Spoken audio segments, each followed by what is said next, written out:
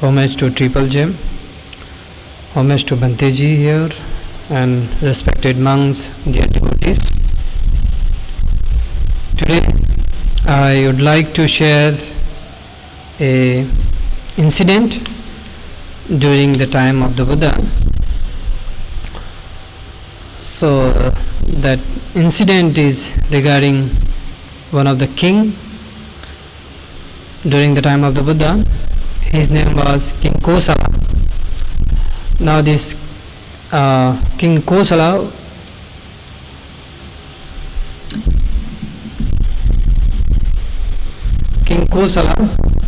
is a king of kingdom called Kosala Rajya during the time of the Buddha. Now it is a part of Uttar Pradesh, UP. So he was staying in the capital city called Sravasti. So the meaning of Sravasti is Sabbang Athiti Savati, where everything is available.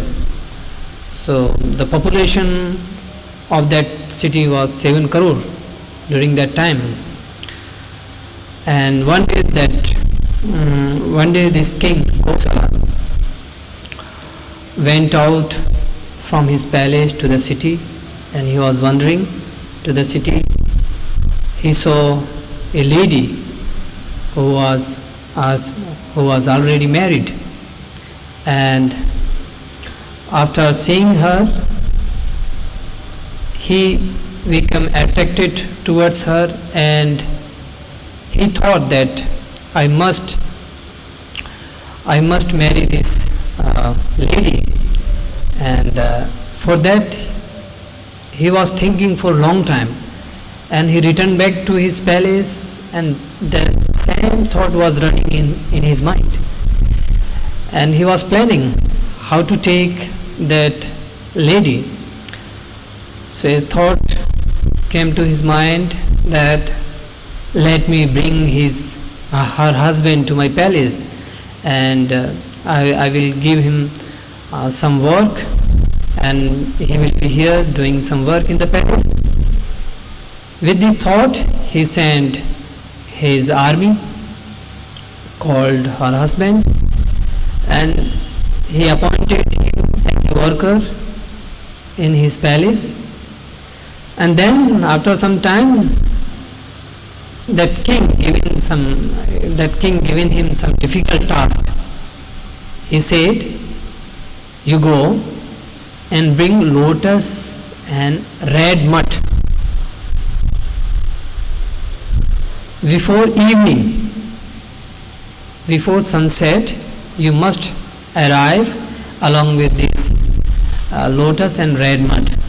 So this difficult task that king given to him, and he went in search of this lotus and red mud. I think during that time, even in fact today, finding red mud must be difficult. So that is why that king has given this task, and it seems like that king like to take what with that mud, and he given this difficult task. With this task, that man started his journey, and he took some food for his journey.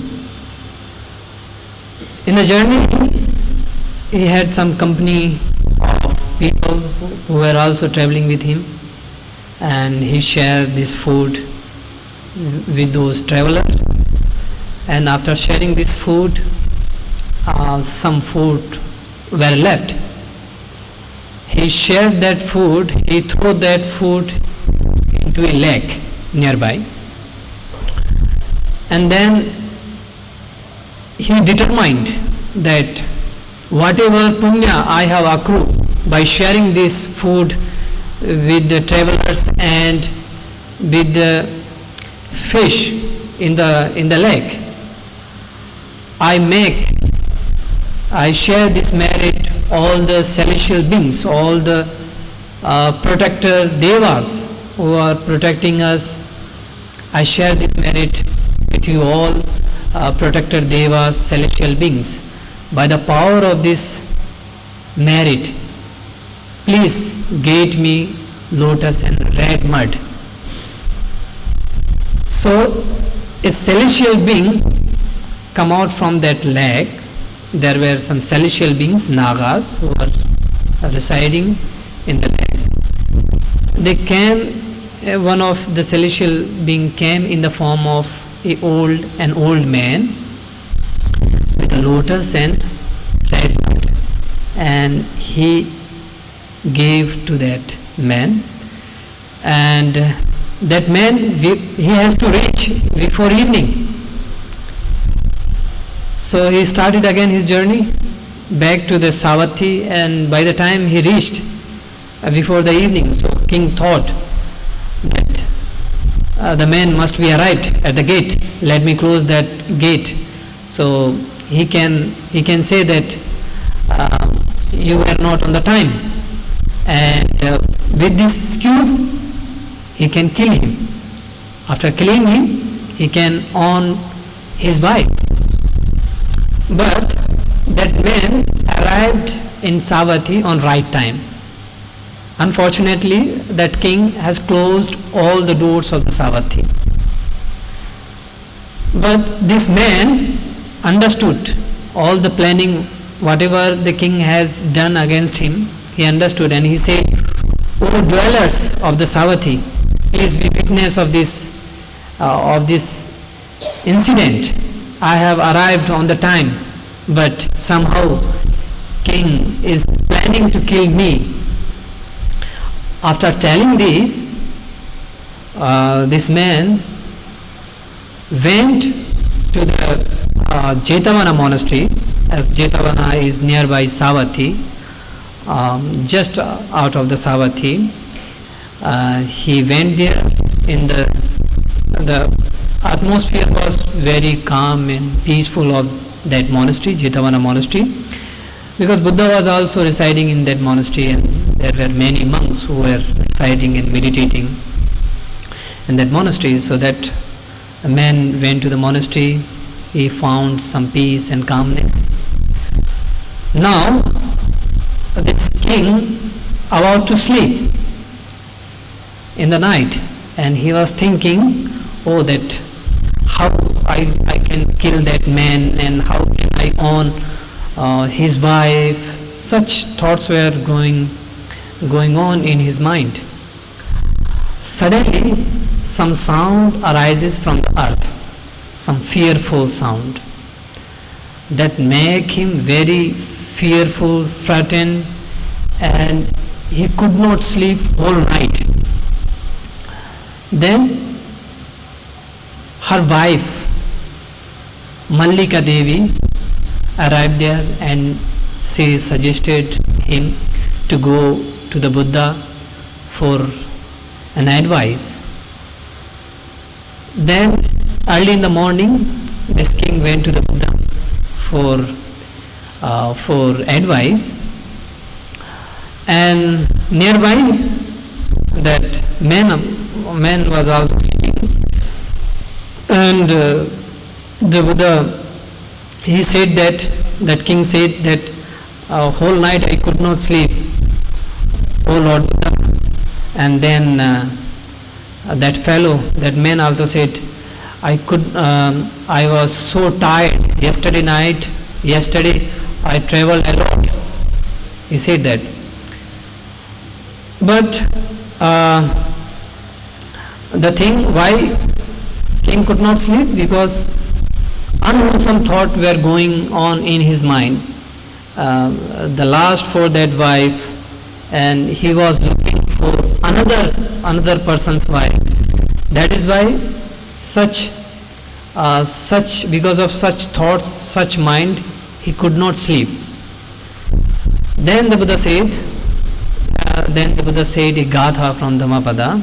He said, the night is long for sleepless. The journey is long for tired one, the tired person.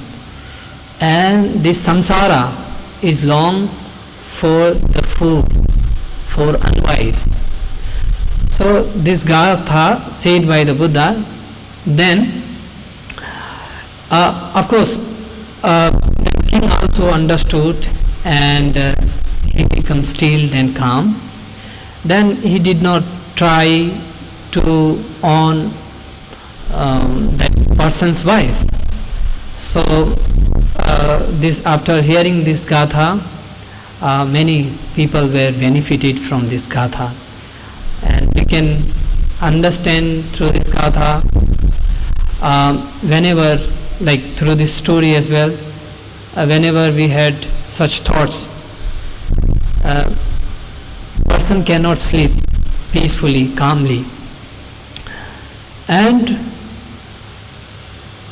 they may constantly think a lot about hatred, about lust. Then until and unless they are not abandoning that thoughts, their mind cannot be peace and still. They may not find any peace and calmness. They cannot sleep. Body become heat, and restlessness will also increase. That is why we can find the people who came to the viharas, and sometime, they share their thoughts that they cannot sleep. Not necessarily like to have these thoughts, that is why they could not sleep. They may have like tension also, tension for work or any responsibility. Sometimes it also become a cause not to sleep.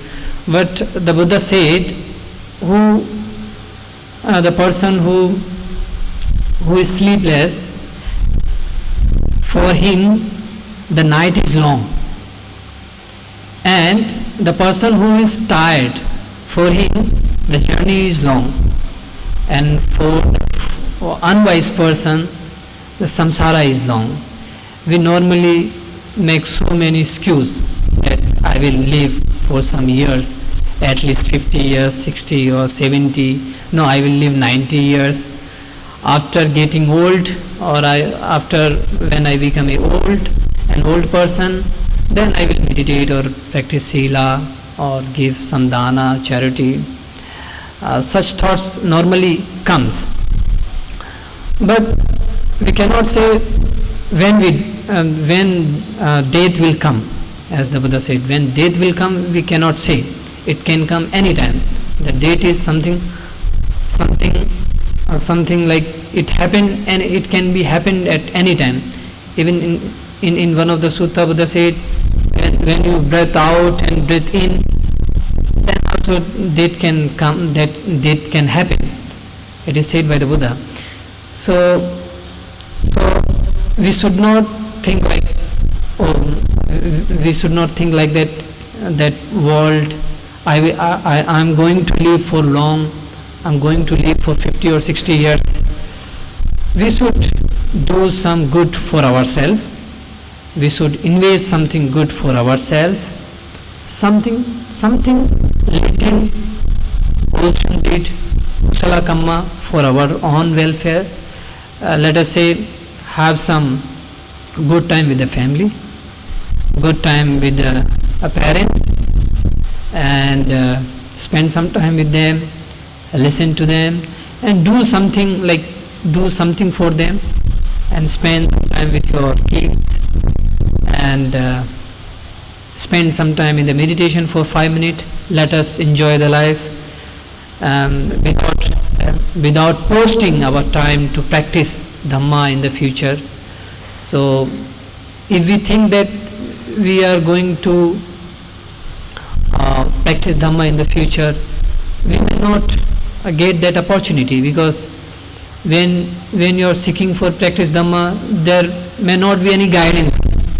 If you have guidance right now, teachers right now, or the Dhamma teachers, we should practice, and we should give some time for our own happiness and well-being. We should promote our happiness well-being as well as our family people who are there. Let them also engage in the practice of sila, in the practice of dana, in the practice of meditation. Whatever time you get, 30, 20 minutes, let us enjoy this moment without thinking that I am going to do it next month, next year. Let us take this opportunity, make this opportunity, and use this opportunity. With this small talk, I conclude here. I wish you a very good health. May you all enjoy calmness, peace of mind. May you all be free from dangers and accidents. Sadhu, sadhu, sadhu.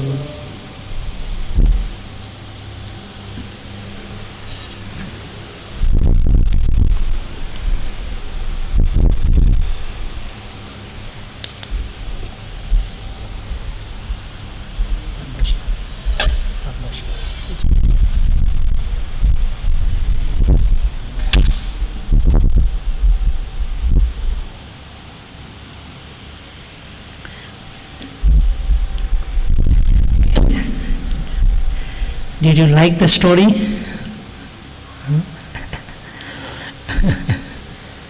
Very interesting story, right? But it's very interesting in the sense that in the Buddhist scripture and the Buddhist stories, they are unfiltered, right? They are unfiltered, they are very raw. They are not made up, right? Because looking at the story, the king, he was a great king, big king, he was a follower of Buddha, but he still had some of this humanly problem, right? Things like what we mentioned today, craving for another wife, to the extent of actually going and killing somebody.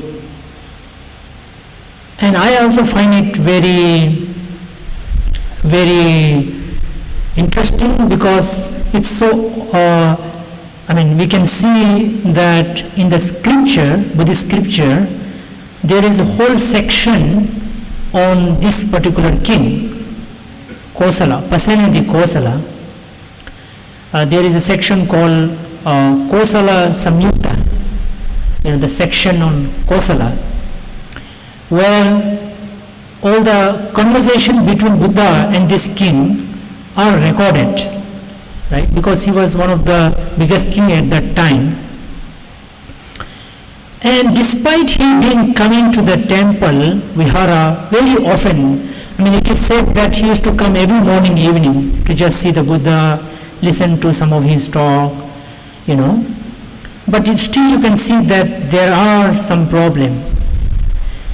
And looking at it, right, it shows the human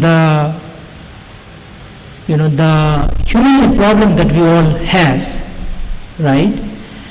So everybody will have, of course, their own humanly problem in all different ways. They will have their different problem. But you see, the king also was in that kind of problem.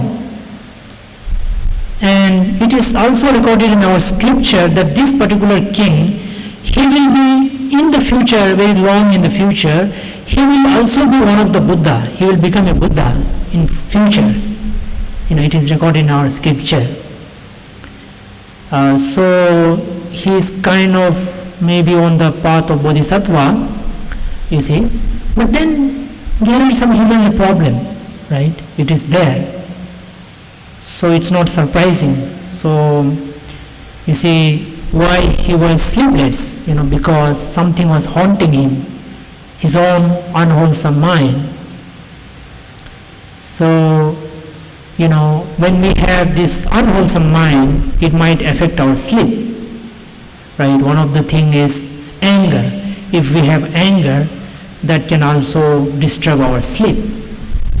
Animosity, jealousy, or restlessness, So that's something we need to look at.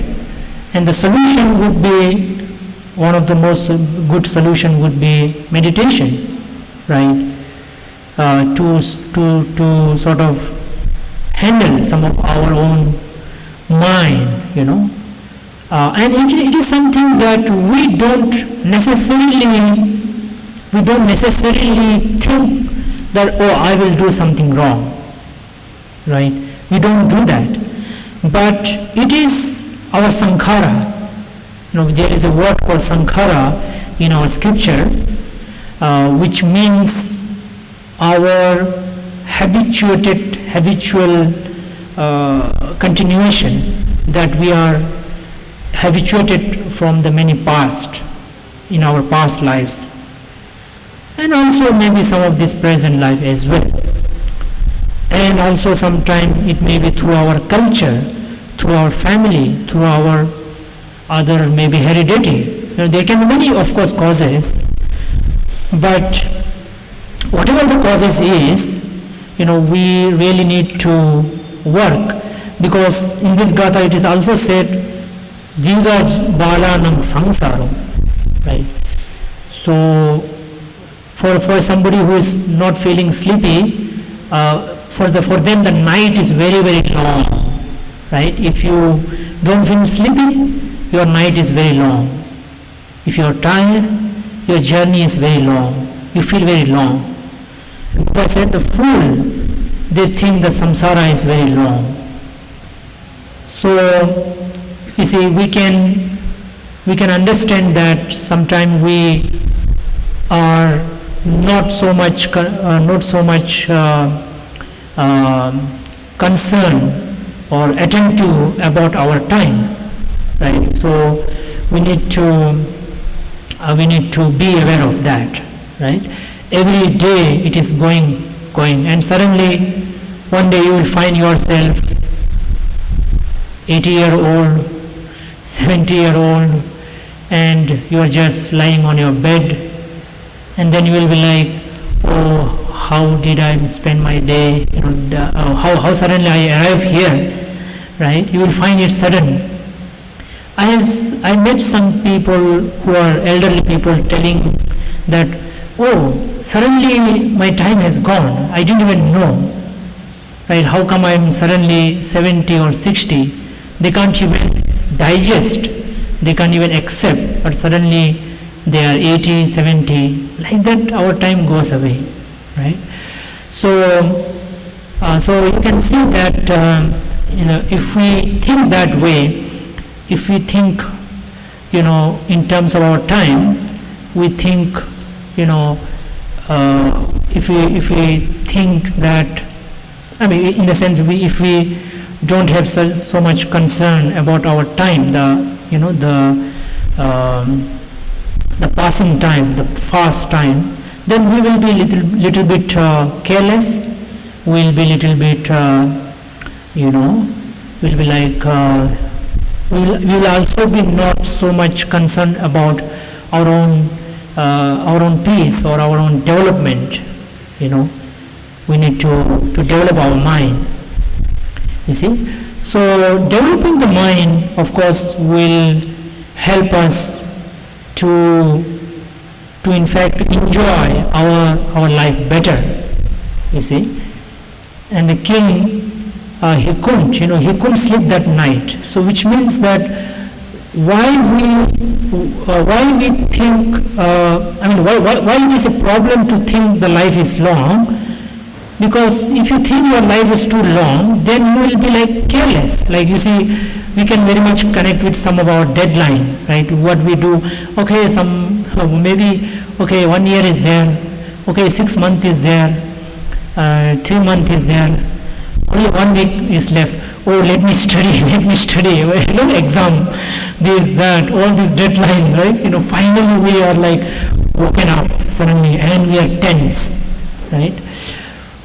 But then the king, he was thinking, because of the his strong desire. In the same way, in our samsara, we are with this. We are not even aware of that, right? We have somehow this thing that it's not very much like it's not so much like a intended thought. It's not an intended thought. It's just there. It is the absence of what we call the sense of urgency. We have something called samvega in Pāli. It's called sense of urgency. You got to have a sense of urgency. You got to have a kind of a sense of that. Oh, I need to do something. I need to do something. Time is short. I really need to do something, right? Of course, it can apply to your day-to-day, whatever deadlines you have. Study well, give your exam fast, do your job on time, right? Things like that.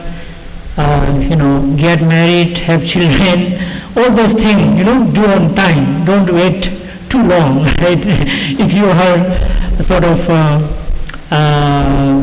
if you are a little bit not careful, that urgency. So that kala, time, that is something we need to have. So I think especially we think long, our samsara long, maybe because we didn't have, we didn't have much bigger problem in our life, maybe, let's say some close people dying, or maybe something, something shocking doesn't happen, we don't wake up, sometime. You see, why we need a big shock, right? So therefore we really need to be careful and be watchful and be thoughtful, about our time, So how do we do that? So I think, as I always I tell, I think the reflection on death, is something that can bring some kind of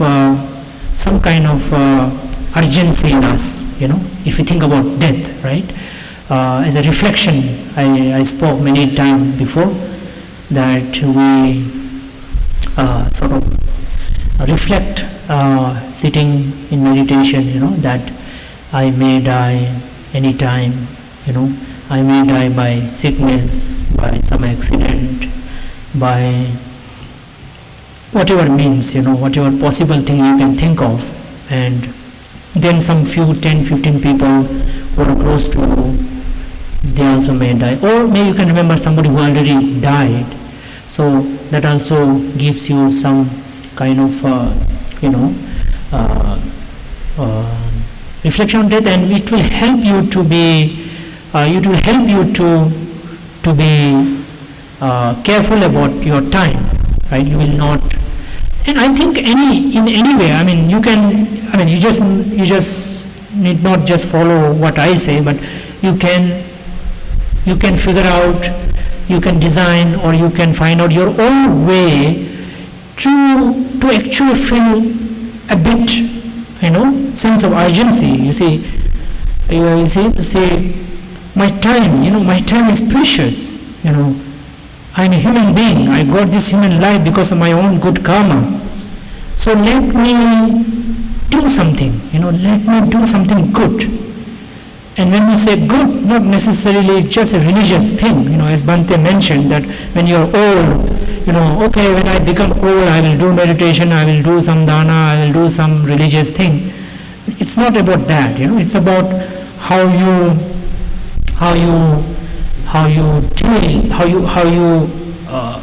take your life forward. How do you, take your life and try to improve, your life, your activity and your self, self-development, health development, financial development, relationship.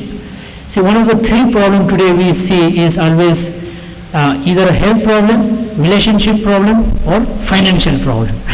These are the three major problem that we today face. A lot of people they face. You see. So how can I improve my finance? How can I improve my relationship? And how can I improve my health? And fourthly, how can I improve my mind? Which is of course the main force for all this thing to happen. You see. So that's important, right? So you see. So I think maybe you see when in the Gatha, when it is compared with the night and the people who are little bit careless about time, who think samsara is very long, you see. So you can see the connection, that there is something that the king was not able to sleep because of something, you see. And also we are little bit careless about our time. We are like just laying around. We are somehow, you see. I hear a lot of. In fact, just few days ago, one family came, right? A mother and two sons, and of course, kind of a single mother because the father was not so much with the mother, and the father is some sort of careless about the children. So she was complaining about these two children and was crying, sobbing, right? So it was for me to listen, it was very heartbreaking. But she is saying like, you see, they are not serious about their study, they are so careless, they are very lazy, they just waste their time on computer and phone. And they say, I work very hard, I have a health problem, and I tell them to study well, but they don't do, you see. So you see, maybe the children, they are, I don't know why they are so much careless about time, you see. Just think why we are sometimes careless about time. Right? So today we really need to think about it, we really need to think about our time, you see. So time just passes by, right? It doesn't wait for anybody. So we really need to think about time. We really need to I think one of the greatest way is to set some goal, right? Set some goal, many goals, health goal, all those I mentioned, financial goal, relationship goal, spiritual goal, or any goal, some sort of, instead of maybe you may have, say for example, some relationship issue, so you can set a goal of, okay, I will set this relationship right, instead of saying, I have this relationship problem.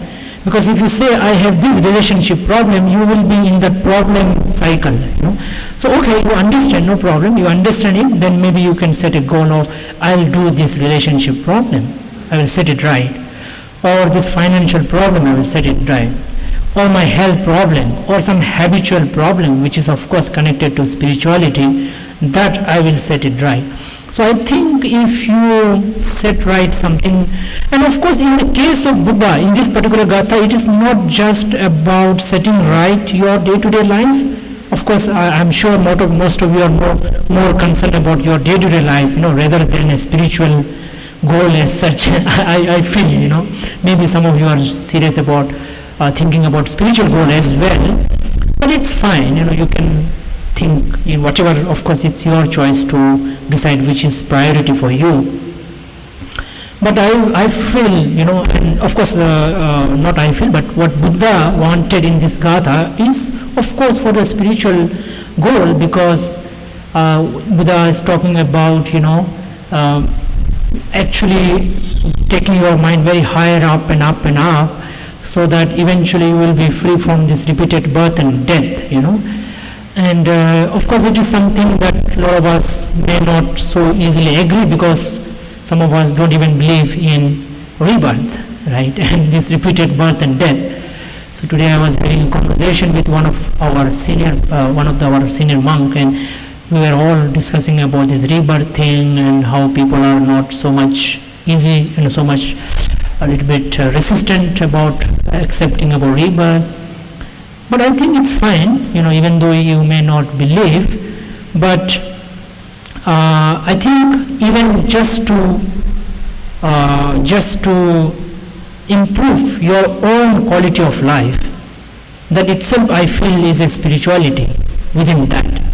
As long as you take the wholesome route, as long as you take the wholesome, right, healthy, something which is good in the long run, as long as you take that route, that way, I think even the very effort to improve your own quality of life can also be spiritual, I feel.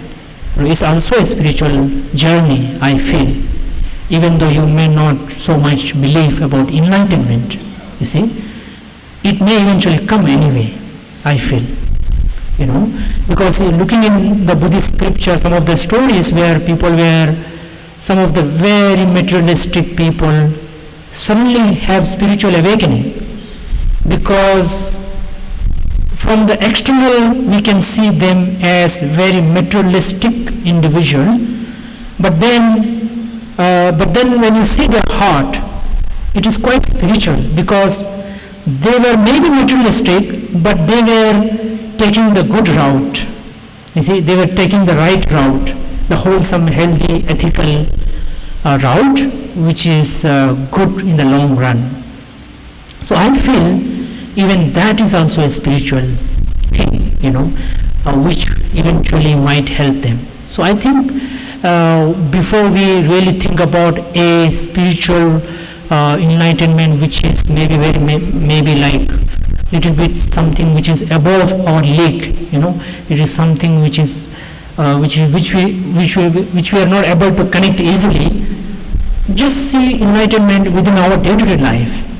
Like for example, today suddenly you realize, oh, this was something not the right way. You suddenly realize, oh, I should do this. And I think every situation in your life, if you're really careful, you might see something that you will be like, wow. And I feel that is also one small aspect of enlightenment.